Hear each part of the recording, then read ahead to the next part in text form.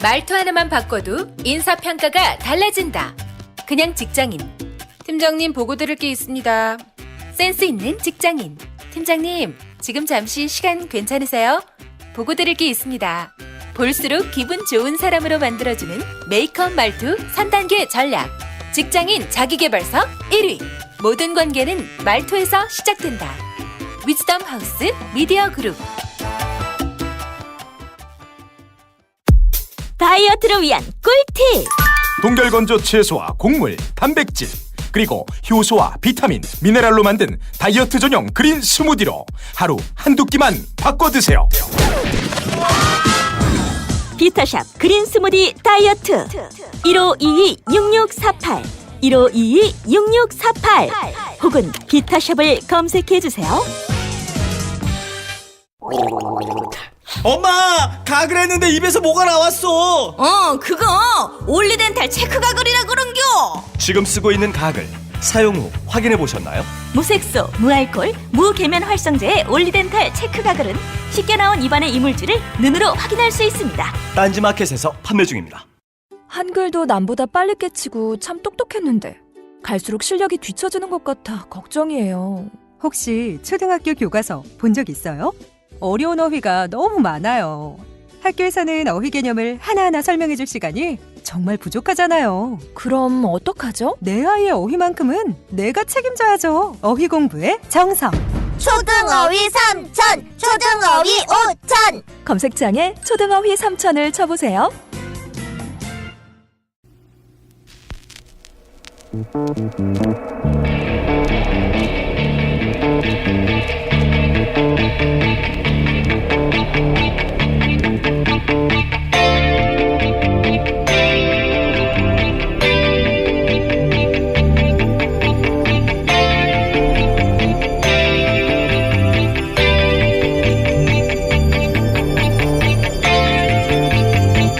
안녕하세요, 김호준입니다.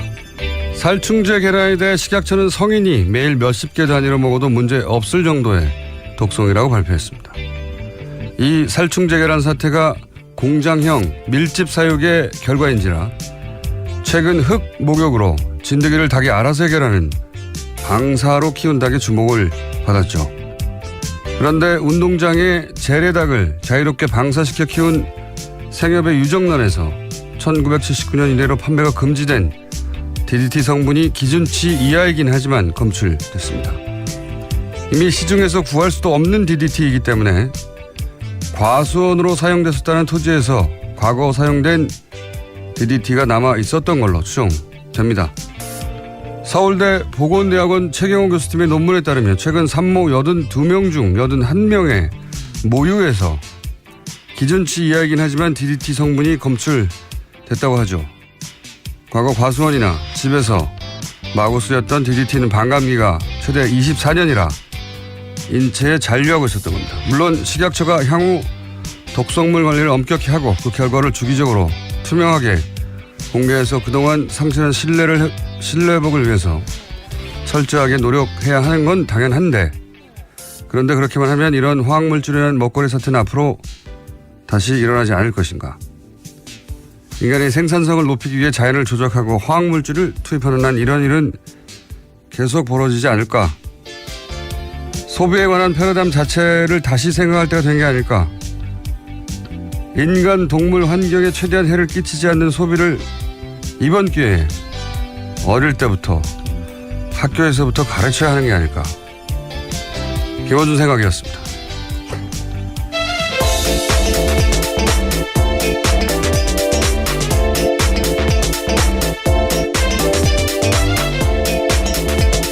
시사인의 김은지입니다. 네, 저 오프닝을 하다 보니까 오늘 바람 좀 괜찮은 것 같아요. 예.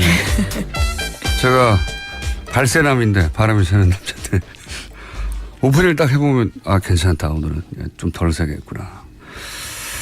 윤리적 소비. 네, 들어보셨어요? 그렇죠. 예. 저 세대는 이미 늦은 것 같고요. 갑자기. 아니, 이게 윤리적 소비라는 단어를 듣긴 하지만 이건 뭐랄까요. 환경운동하는 분들이나 일부 예민한 분들이 하는 거지. 내가 어릴 때부터 쭉 그렇게 먹어왔는데 뭘 이렇게 생각해왔거든요. 적어도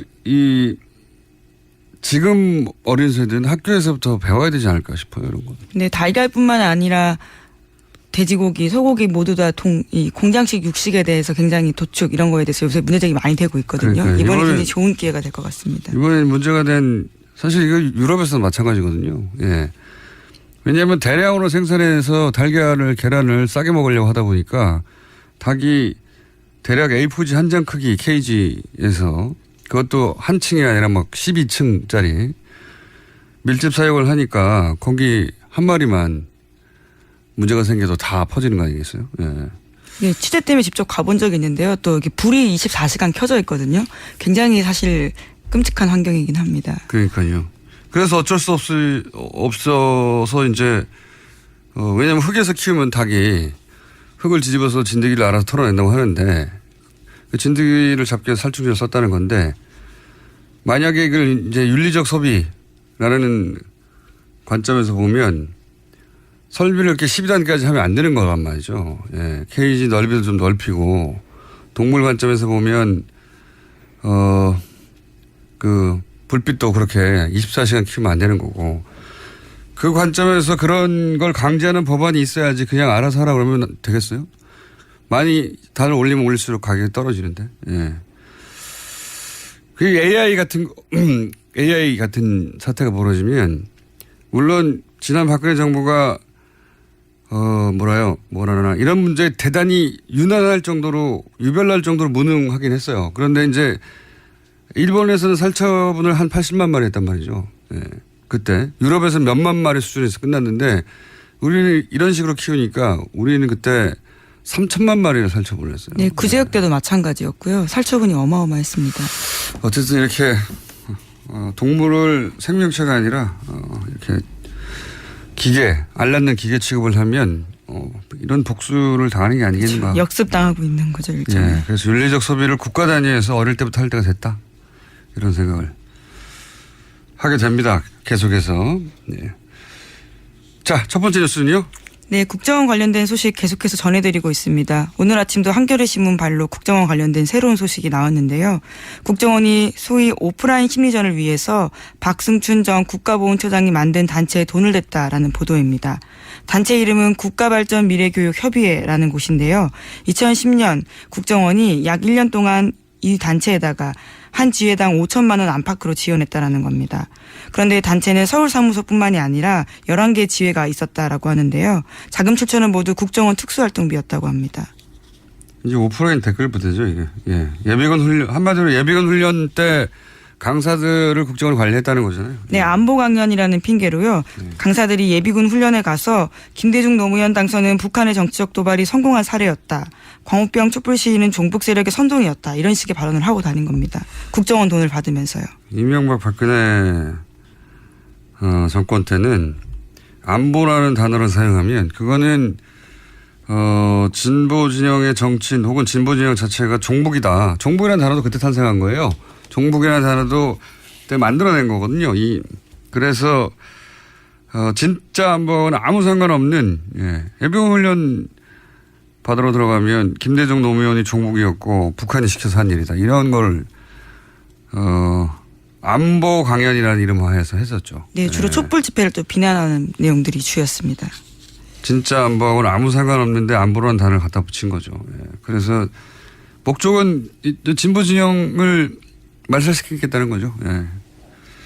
그래서 이 단어가 집중적으로 그때 유포됐는데 종북이라는 단어가 이 단어를 주도적으로 집중적으로 유포한 당시에 소위 논객들이 있어요. 또 저는 이분들과의 커넥션도 따져봐야 된다. 왜냐하면 최상위 단위에서 안보란 단어를 이렇게 사용하고 그리고 종북이라고 프레임을 짜서 어떻게 공개할 것인지 그렇게 짜진 다음에 최말단에서 이런 강사들이 그런 강연을 했을 뿐인 거거든요.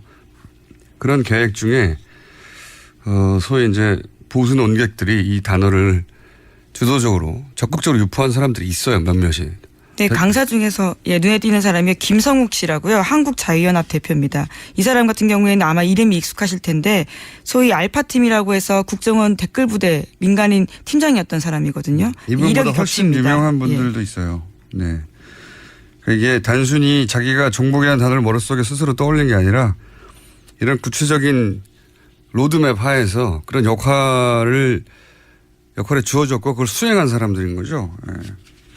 그 관계도 따져봐야 된다 이번 수사에서 그런 생각이 들고 그리고 이런 거를 한 사람을 결국 보훈처장에 앉힌 거죠. 네, 그렇습니다. 박승춘 보훈처장이요. 2011년에 2월 달에 국가보훈처장이 되는데요. 국가보훈처장으로서는 최장수였습니다. 박근혜 정부에서도 계속 국가보훈처장이었거든요. 네. 이런 생각을 하고 이런 돈을 받아서 국정원의 지시에 따라 움직이는 사람을 보훈처에 앉힌 다음에 5.18은 북한의 지시 때문에 일어난 일이다라고 하는 주장을 하는 사람이 갑자기 나타나기 시작하고 그리고 5.18 때 임을 위한 행진곡 부르지 마라라고 한 사람이 이 사람이고요. 네, 재창을 금지하게 된 거죠. 보훈처가 종북 장사를 하는 정치기관이 된 거예요. 보훈처하고 아무 상관없는 거죠. 네, 당시에 DVD도 문제가 됐었는데요. 보훈처가 만들어서 배포했던 내용인데 이 내용도 대부분 민주화 운동을 종북으로 헐뜯는 내용들이 담겨 있었습니다. 국정원은 정치 개입이 금지되어 있지 않습니까? 정치 개입을 한 정도가 아니라 정권은 정치 기구였어요. 완전한. 예, 이걸 보면 발본색원해야 한다고 봅니다. 예, 다시 반복되지 않도록 철저하게 그런 일을 하면 어떻게 되는지 반면교사로 아주 철저하게 따져서 발본색원하고 엄벌에 쳐야 된다고 봅니다. 이런 일을 이렇게 오랫동안 해왔던 거예요. 예. 네, 관련 안보교육에서는요, 이명박 전 대통령도 굉장히 강조했다라고 한겨레 신문이 보도하고 있는데 2010년 12월 달 국무회의에서 전국민 안보의식 강화를 주민했고 따라서 행정안전부가 전국의 안보교육을 부활시키는데 여기에 강사 70%가 국발협, 그러니까 국가발전 미래교육협의회 소속이라고 합니다. 지금 국정원이 조정했다고 하는. 예, 돈을 냈다고 하는. 그러니까요. 그렇게 말할 수는 없잖아요. 김대중 노무현을 북한의 지시를 받고 움직인 사람이라고 말하라 이렇게 할 수 없으니까 그걸 단어를 안보로 바꿔서 안보 교육을 강화하라고 한 다음에 실제 안보 교육을 하러 온 사람들은 하는 말이 이거잖아요. 김대중 노무현이 북한이 성공한 사례라고. 그런 교육을 10년간 받아왔어요. 네, 친북 좌파들이 언도에서 성공한 사례다 이런 식의 이야기들을 여러 차례 하고 다녔다라는 거고요. 종북이라는 단어가 이때 탄생한 겁니다. 누가 만들었는지 모르겠는데 국정원에서 만들었을 수도 있습니다. 자, 그런 일이 있었다고 합니다. 자, 다음 뉴스는요. 네, 어제 우병우 전 청와대 민정수석의 재판도 있었습니다. 해당 재판에서는요, 판사가 증인으로 출석한 문체부 공무원에 대해서 그 자리에서 압수수색 영장 발부하는 일도 있었습니다. 그래서 검찰이 해당 공무원의 집무실과 자택을 압수수색했는데요. 해당 증인이 나와서 거짓말을 한다고 의심이 되다 보니까 재판장이 그런 일을 한 겁니다.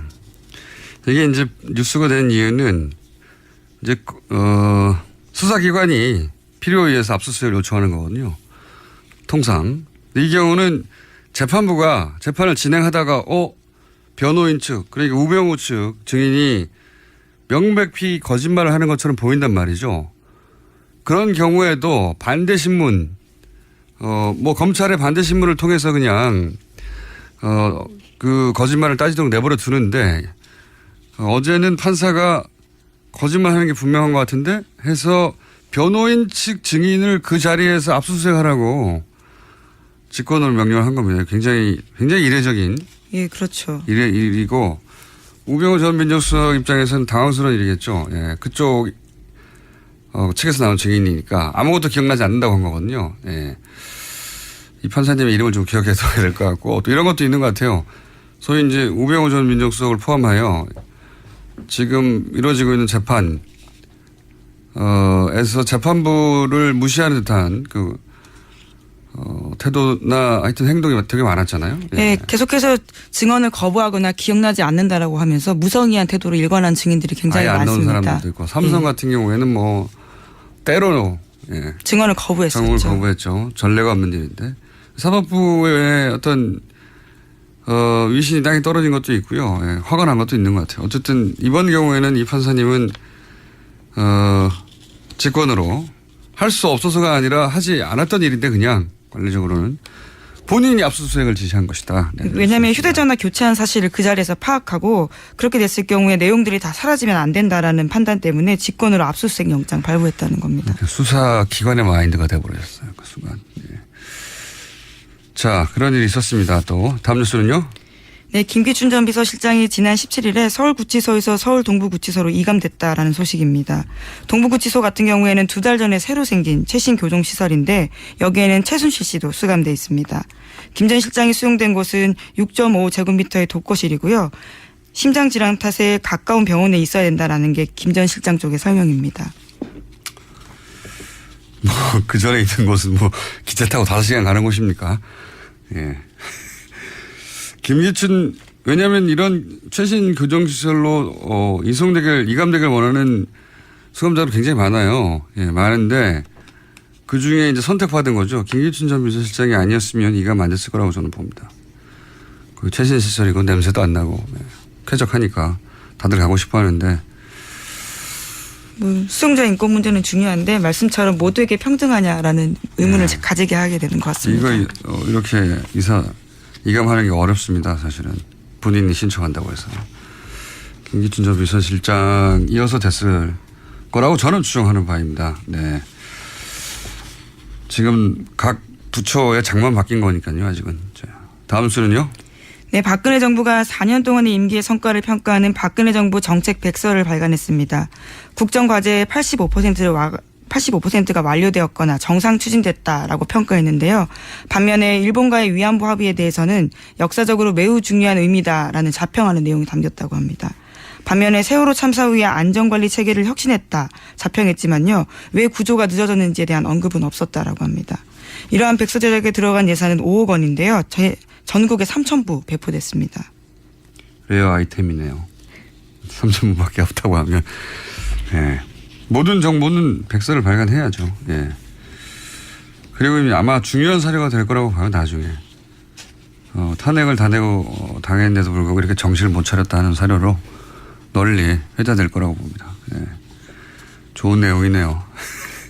대부분 잘했다는 거잖아요. 예. 그렇죠. 85% 완수했다. 근데 왜 탄핵을 당했는지는 이해할 수가 없는 거죠. 이것만 봐서는. 예, 거기에 대해서 한강욱 전 비서실장이 한 말이 있는데요. 예기치 못한 정책 여건 변화로 일부 성과를 거두지 못했다라고 하는 겁니다. 예기치 못한 정책 여건 변화로. 훌륭하네요. 저는 이런 백서 좋다고 봅니다. 나중에 아주 훌륭한 사료가 될 것이다. 예. 하지만 민망한 건 어쩔 수가 없죠. 거기다 국민 예산으로 정확한 평가를 하지 못했다는 점에서요. 자, 얼마나 좋은 사료입니까? 예. 만약에 거기가 반성으로 가득 차봐요. 사료가 될 수 없죠. 자, 다음 뉴스는요.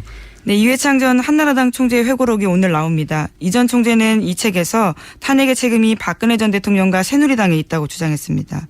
당시 여당 의원들이 박 전 대통령의 수직적이고 권위적인 당 관리에 순응하느라고 제대로 직언하지 못했다라고 주장하고 있습니다. 이회창 전 총재를 갑자기 인터뷰하고 싶네요. 네. 저희 한번 시도해 보겠습니다. 네. 제가 10몇 년 전에 한 17년 전에 처음 두 번째 출마하기 직전에 인터뷰한 적이 있는데 굉장히 인상적인 인터뷰였었거든요. 저로서도 여러 가지 이 단어들이 저도 인상적이었던 것 같은데 방송에서 쓸 수 없었던. 네, 굉장히 곤란한 질문들을 마구 했었는데 기억이 납니다. 다시 한번 인터뷰 시도해봐야 되겠습니다. 자, 다음 뉴스는요.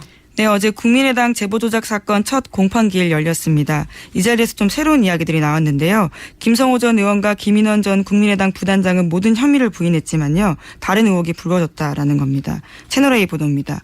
국민의당이 허위 녹취록 발표하기 이틀 전에 김성호, 김인원 두 사람이 새로운 의혹 제기했다고 합니다. 문재인 후보 같은 경우에 고용정보원의 특혜채용 감사 무마했다라는 주장이었는데요. 알고 보니까 이 내용 사실이 아니라는 걸 알고도 발표했다라는 내용이 나왔습니다.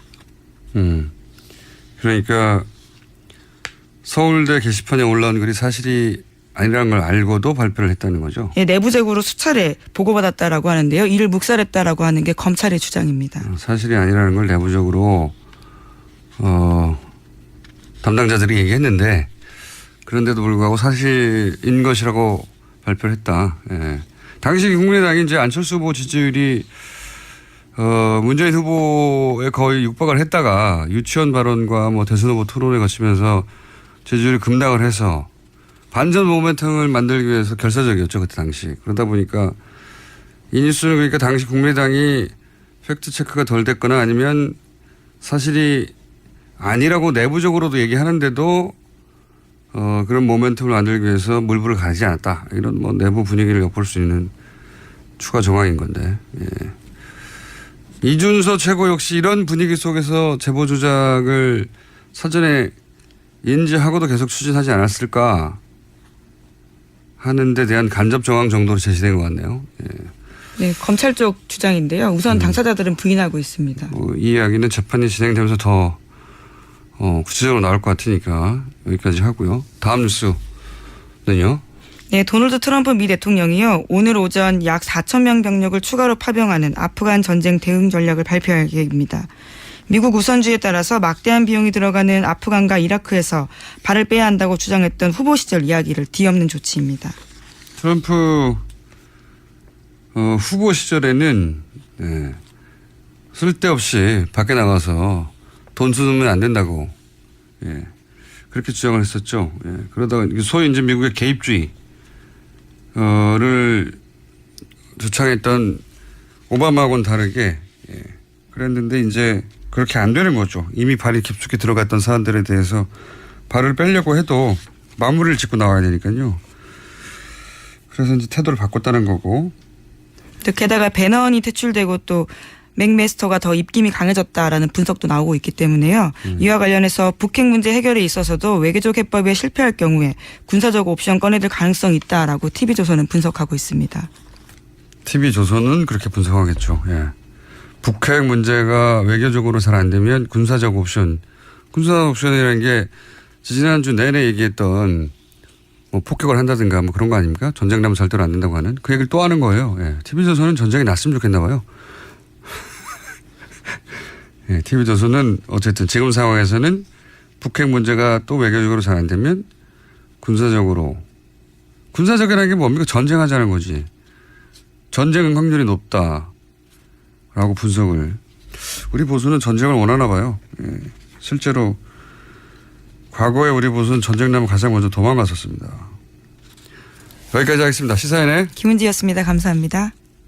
골반 잡자 바로 잡자 바디로직 허리 통증 바로 잡자 바디로직 2017년 쿨 썸머 바디로직 라이트 출시. 통기성이 좋아 땀 걱정 없이 한여름에도 쾌적하게. 입은 듯 안 입은 듯 가벼움의 신축성은 그대로. 자세가 좋아지는 골반 교정 타이즈 바디로직 검색창에 골반 교정 바디로직 라이트. 아무도 묻지도 따지지도 않고 가입하셨다고요? 보험은 너무 어려워요. 걱정 마십시오. 마이보험 체크가 도와드립니다. 1800-7917 마이보험 체크로 지금 전화주세요. 1800-7917 이미 가입한 보험이나 신규 보험도 가장 좋은 조건을 체크해서 찾아드립니다. 인터넷 한글 주소 마이보험.com 또는 카카오톡에서 아이디 검색 마이보험을 친구 추가하여 상담하실 수 있습니다. 모닝똥? 제겐 사치였죠.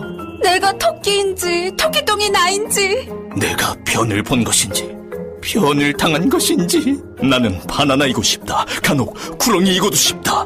미궁 대장사랑 빅똥의 추억 미궁 대장사랑이 찾아드립니다. 혈중 콜레스테롤 개선과 배변활동에 도움을 주는 건강기능식품입니다. 검색창에 미궁 대장사랑. 미궁 장사랑 이름 바꿨어요. 프로바이오틱스 12종 추가. 미궁 대장사랑.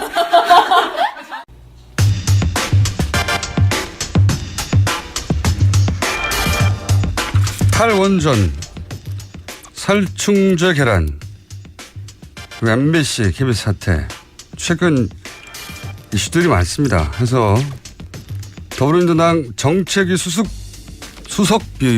오늘 발음 또 새네요 갑자기. 수석 부의장 홍익표 의원을 저희가 스튜디오 직접 모시고 현안들 좀 중간 점검해 볼까 합니다. 안녕하십니까? 예, 안녕하세요. 홍익표입니다. 반갑습니다. 네, 스튜디오 직접 나오셨습니다. 여기서부터 시작해보죠. 최근에 대만에 대규모 정전이 발생했지 않습니까? 예. 네.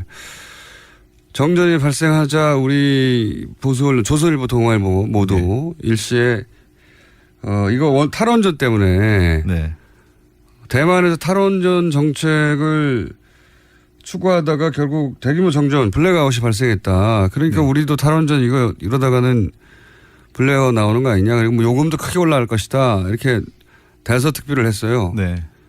이거 어떻게 보십니까? 이게 우리가 블랙아웃 우리 경험 한번 했었지 않습니까? 예. 이명박 정부 시절에. 그래서 블랙아웃 경험하고 나서 그 대안으로 대규모로 이제 원전을 짓기 시작한 거죠. 그 당시부터.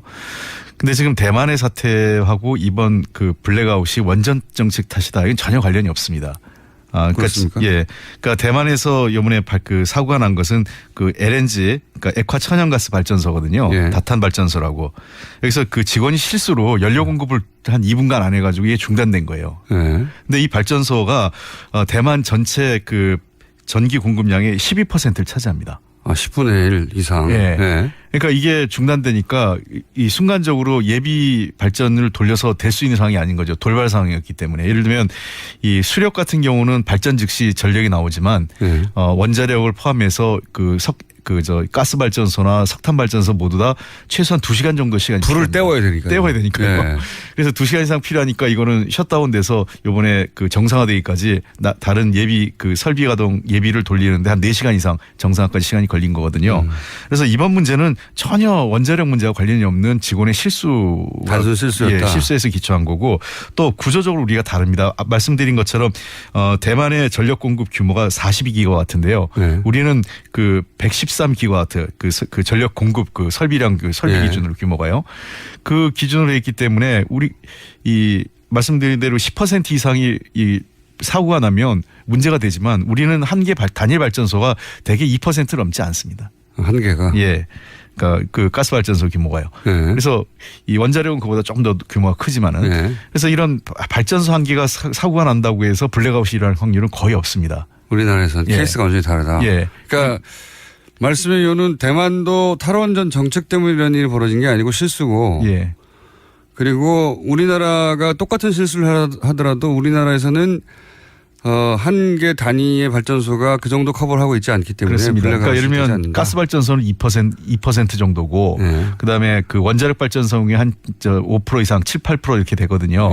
그렇게 감안한다 하더라도 이거는 뭐 만약에 문제가 생기면은 우리가 그 예비가동 설비 예비율이 있으니까 그리고 이거 아까도 말씀드렸지만 예상되는 전력 부족량에 대해서는 충분히 대응이 가능합니다. 우리가 전력 예비율이 우리가 보통 평상시 한 25%, 한 2, 3% 되고요. 올해 같은 경우 제일 높았을 때가 한 27% 전력 예비가 남았어요. 그리고 제일 전기 많이 쓰는 때 있지 않습니까? 올여름에 피크 시라고 했을 때 그때도 한 14% 이상 설비 예비 그 전력 예비율이 있었어요. 그럼 이건 어떻게 보십니까? 그 대만이 결국은 탈원전으로 인한 그 비용 상승 부분을 전기 요금을 올려서 커버할 수밖에 없고 우리도 마찬가지다. 그 이미 제가 몇 차례 제가 정책이든 우리 당정 협의를 통해서 발표한 거는 전력 예를 들면 탈원전에 따른 전기요금 인상 요인은 거의 없습니다. 특히 당분간 한 5, 6년간은 없고요. 그리고 왜 없습니까? 지금 현재 전력 예비율이 너무 많아요. 전력이 너무 많이 남는다? 예, 남아도는 거죠. 예. 그러니까 우리가 지금 아까 말씀드렸지만 20% 이상 하는 거고요.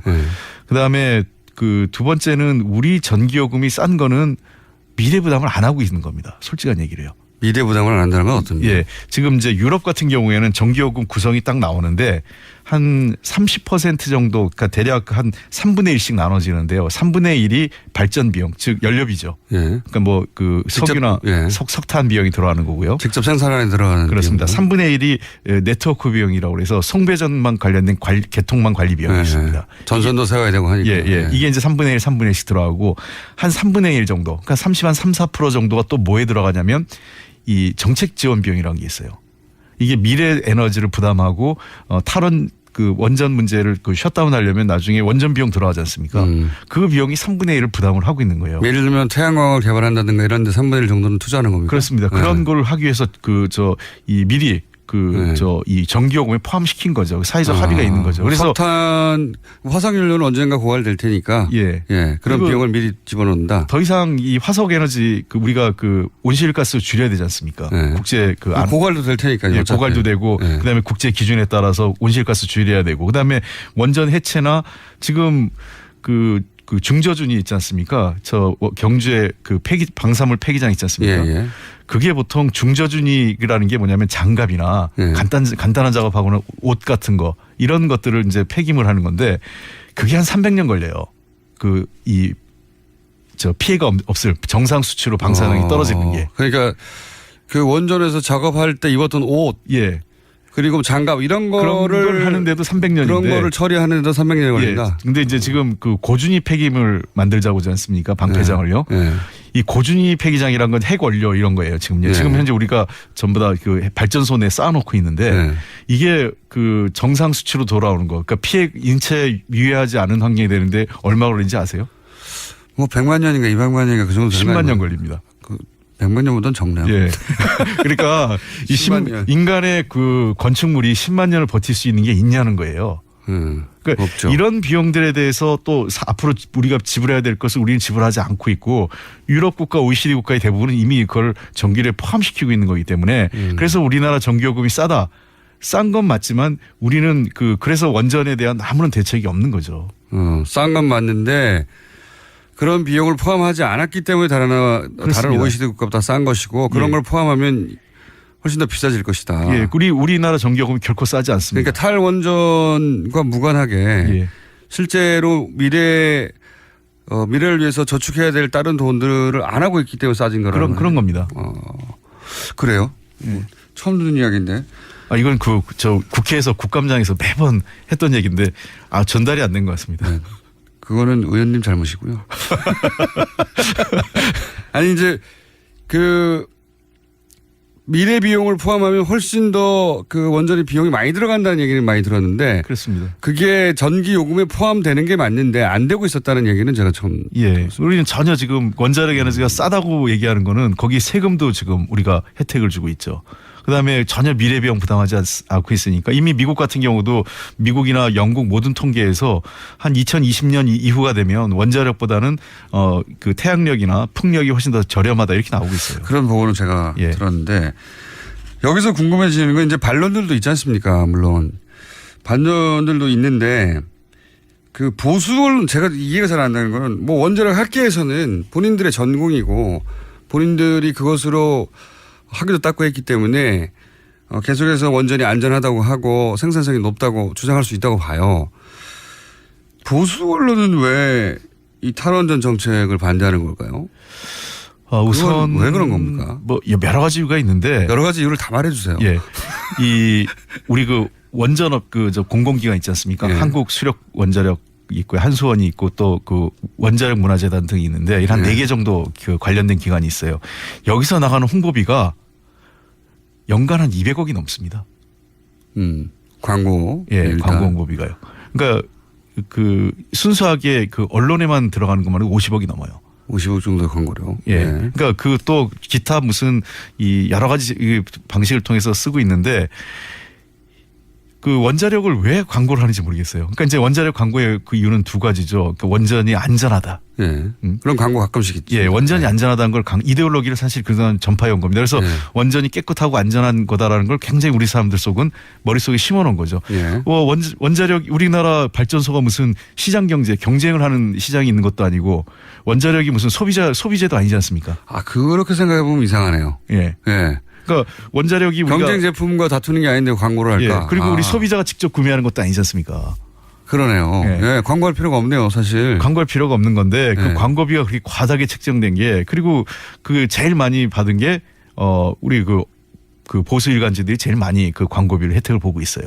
보수 일간지들이. 그래서 직접적인 이유는 광고비와 관련된 게 있다 이런 이유도 하나 있을 것 같고 더 본질적으로 보면 사실은 이게 이 원자력 문제하고 성장론 개발주의하고 맞닿아 있습니다. 그러니까 전기하고 경제 성장이 연계돼 있고 계속 그 문제에 대해서 재계나 이런 쪽에서 요구가 있는 거죠. 재계는 계속 싼 에너지를 쓰고 싶어 하지 않겠어요? 일본 기업이 한국에 투자하는 이유 중에 하나가 어떤 기업은 한국의 전기료가 싸서 옵니다. 근데 이게 말이 안 되는 게 우리나라도 이제는 더 이상 그런 에너지 과다 산업, 전력을 과다 소모하는 산업으로 가서 안 되거든요. 그 인천 그 이런 제철소들이 많아요. 그 우리나라 제철소들이 전기로 그 쇠물을 녹이는 거 있어요. 이게 말이 안 되는 거죠. 전기로 할 때는 열 손실이 일정 한 그 35% 이상 열 손실이 생깁니다. 전기가 너무 싸서. 예. 그러니까 이 가스나 석탄으로 그 전기를 발생하는 과정에서 30% 이상의 열 손실이 있는 거예요. 에너지 손실이 됩니다.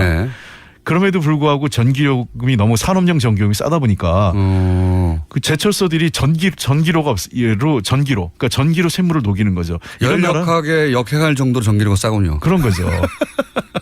에너지 효율이 떨어지는데도 싸니까 쓰는 거군요. 전기로. 그렇습니다. 그거는 기업 탓을 할 수가 없죠. 기업은 그게 싸니까. 자기들은 그 경제적으로 맞으니까요. 아하. 그리고 이제 그 발전소를 한번 건설하면 적어도 몇 년, 4, 5년 이상 거기에 이제 건설 사업, 그 소위 대기업들이 건설사를 쥐고 있으니까 그 이권하고도 좀 연관이 있겠네요. 그렇습니다. 지금 신고리 오리콕이 실제로 이 건설하면은 앞으로 한 10년간은 그 원자력계에서는 안 지어도 될 거로 생각할 거예요. 먹고 살 수 있으니까. 그리고 그 이후에 10년 후에 보수 정권 들어오면 다시 원자력 정책하면 된다 이렇게 얘기하고 있어요. 그래서 지금 버티는 거군요. 예, 그러니까 오리콕이 신고리 오리콕이만 건설하면 된다 이렇게 생각하는 거죠.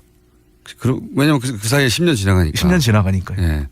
길어봐야 10년 아니겠어? 예, 그런 거죠. 뭐 우리나라 정권 텀이 지금 10년 단위로 바뀌니까. 10년 단위 최근 2번 20년간은 그랬죠. 그렇죠. 예. 그래서 이제 그렇게 보는 거죠. 뭐 미국처럼 미국도 8년 단위로 계속 바뀌니까 뭐 우리도 그렇게 하지 않겠냐. 그러면 다시 또 그 원자력 친화 정부가 들어서면 또 우리도 먹고 살 게 생기지 않겠냐 이런 생각을 하는 거죠. 그래서 이번에 중단하려고 하는 걸 그렇게 안 된다고 하는 이유 중에 하나는 그런 게 있는 거고요. 예. 그러니까 지금 신고리 오리콕이만 짓고 나면 더 이상 자기들도 진짜 말하기 어렵다는 걸 잘 알고 있습니다. 한 2025년 30년까지. 그러니까 또 이해가 가요. 요거 한번 지으면 10년인데 10년이면 뭐 다음 보수 정권 들었겠지 뭐 이렇게 생각한다. 갑자기 이해되려고 합니다.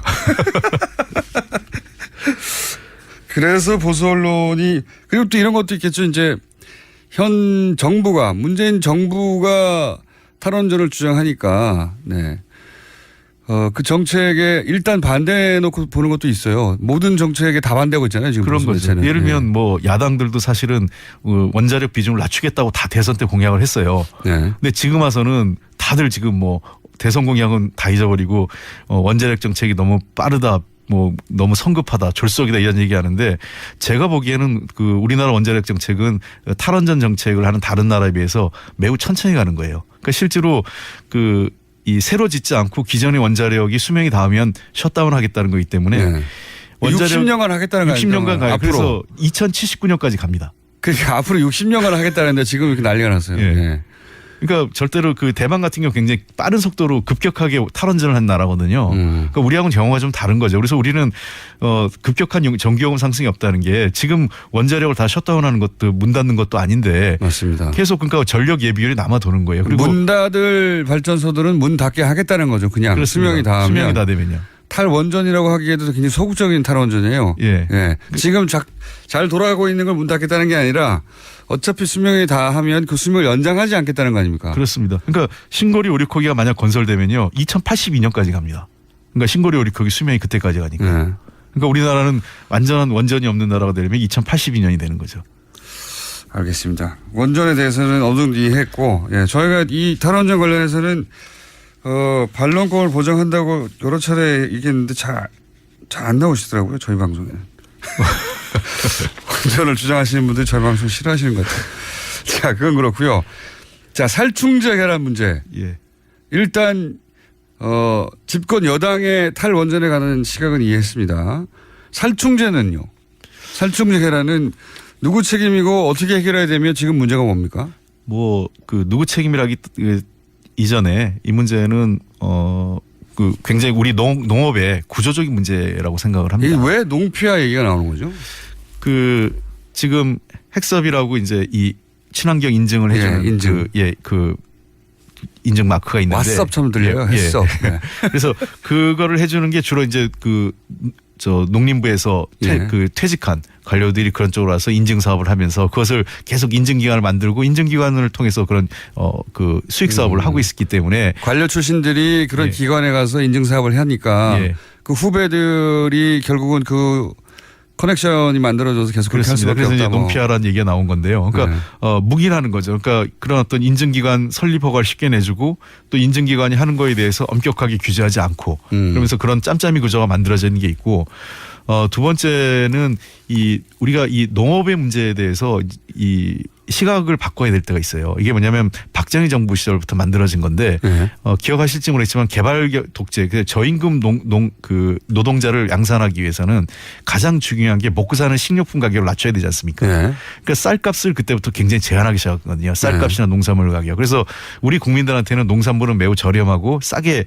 공급해야 한다는 인식이 매우 자리 잡혀 있어요. 그러다 보니까 이 닭 같은 경우도 요번에 문제가 된 양계 농장도 AI나 또는 요번에 살충제 문제가 구조적으로 발생하는 거는 이 공장형 그러니까 밀집해서 대량으로 생산하다 보니까 12층까지 있다고.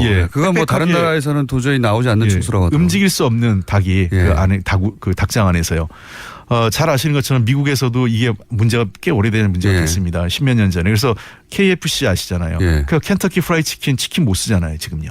그래요? 예. 그래서 KFC로 바뀐 겁니다. 그럼 그게 왜냐하면 환경단체에서 그게 이제 그 자기들이 특정 부위를 이렇게 키운 거거든요. 이 닭을 생산하면서. 그러니까 더 이상 이거는 닭이 아니다. 이것은 닭이라고 부를 수 없다 이제. 그래서 기억나시면 우리가 어렸을 때는 전체 풀네임을 불렀지만 지금 KFC로만 하지 않습니까? 그렇군요. 마지막에 치킨이라고 말하지 못하도록 만들어버렸군요. 그게 이제 환경단체 문제가 돼서 미국에서 그런 문제가 생긴 건데 우리도 거의 유사한 상태로 지금 닭을 대규모로 생산을 하고 있는 거예요. 그러니까 원래 닭 움직일 수도 없는 여름에 덥고 이런 데서 진드기가 생기는데 닭이 숫자가 적으면 그걸 빼내서 청소하고 살균한 다음에 닭을 다시 집어넣어야 되는데 몇만 마리가 되는 걸 할 수가 없죠. 몇만 마리를 다 빼서 그걸 청소하고 다시 집어넣을 수가 없으니까 그렇습니다. 닭이 있는 채로 뿌려줄 수밖에 없었다. 그런 거죠. 그게 첫 번째고 두 번째는 요즘에 친환경 농장 같은 경우에는 닭을 방사하잖아요. 그러니까 이게 풀어놓고 키우는 건데 우리가 옛날 자연적으로 키웠던 방식이죠. 지금은 다 이렇게 우리에 넣어둔 거니까. 그게 제일 비싼 계란이에요. 그렇습니다. 최근에 문제가 된 거는 그렇게 키웠는데도 DDT가 이미 땅에 있었던 DDT. 이미 20년 전, 30년 전에. 그 문제는 우리가 또 다른 접근해야 됩니다. 그거는 정말 이 차제에 이 토양에 대한 문제를 보세요. 이게 다시 원전 문제하고도 연결되는데 우리가 한번 잘못 쓴 거는 후손에게 엄청난 재앙이 가는 겁니다. 그때 DDT 멋모로 썼다가 지금 30년이 지나도 우리에게 저주처럼 돌아오는 것처럼 원전도 그래 마찬가지인 거죠. 위기에 윤리적 소비라는 걸 저는 민주당에서도 기치로 내걸어야 될 것 같아요. 저는 그래요. 그러니까 결코 값싼 농산물 가격, 먹거리에 대해서 적정 가격, 그다음에 그에 걸맞는 안전과 환경 기준을 만들어주는 게 이제 우리 사회가 나가야 될 새로운 가치라고 저는 보는 거죠. 저도 거긴 동의합니다. 그러니까 이게 먹거리에 대한 인식 자체를 바꿔야 되는 것 같아요.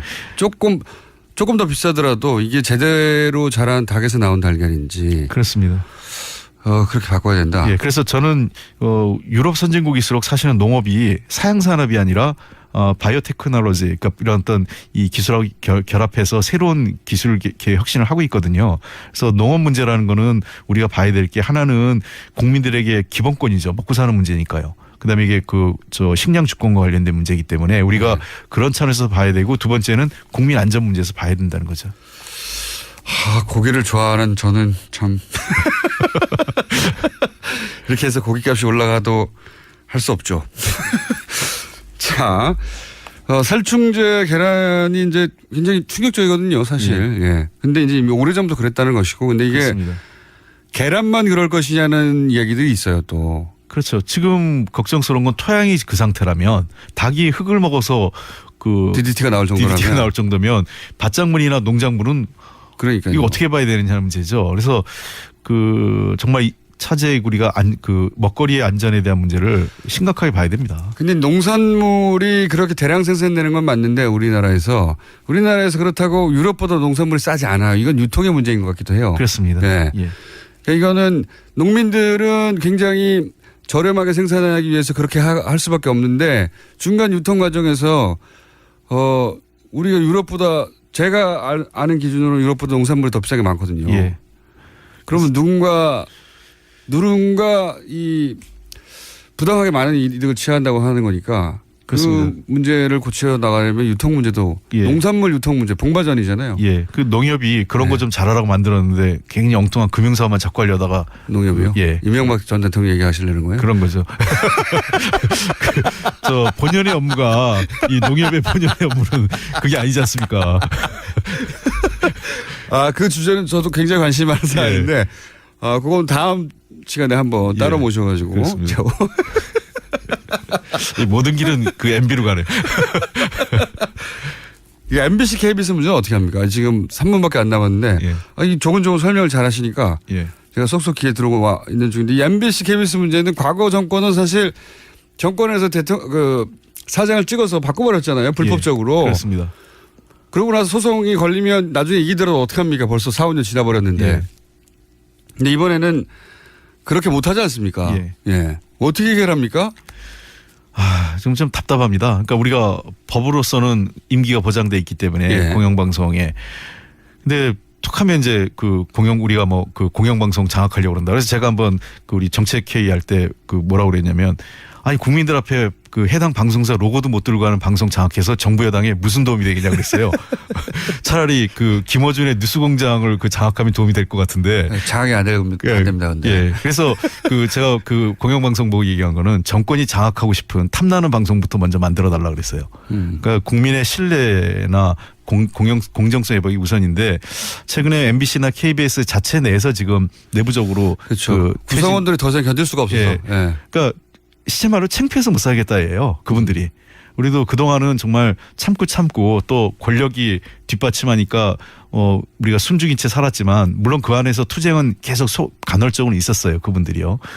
근데 이제는 더 이상 못 견디겠고 자기들이 바꾸겠다고 하는데 김장겸 사장이나 고대영 사장 같은 경우 진짜 후배나 자기가 소속했던 기관의 미래를 위해서는 스스로 거취를 결정하는 게 제일 좋죠. 제 생각에는 그분들의 계산은 열심히 탄압을 받아가지고 그 탄압받는 이미지로 나중에 총선에 출마하시려고 하는 게 아닐까.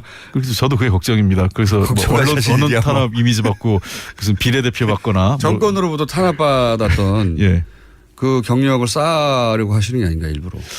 그럴 개연성도 우리가는 좀 앞으로 상황이니까 지켜봐야 되겠고요. 자, 벌써 시간이 다 됐는데요. 이게 직접 나오시는 게 재밌군요.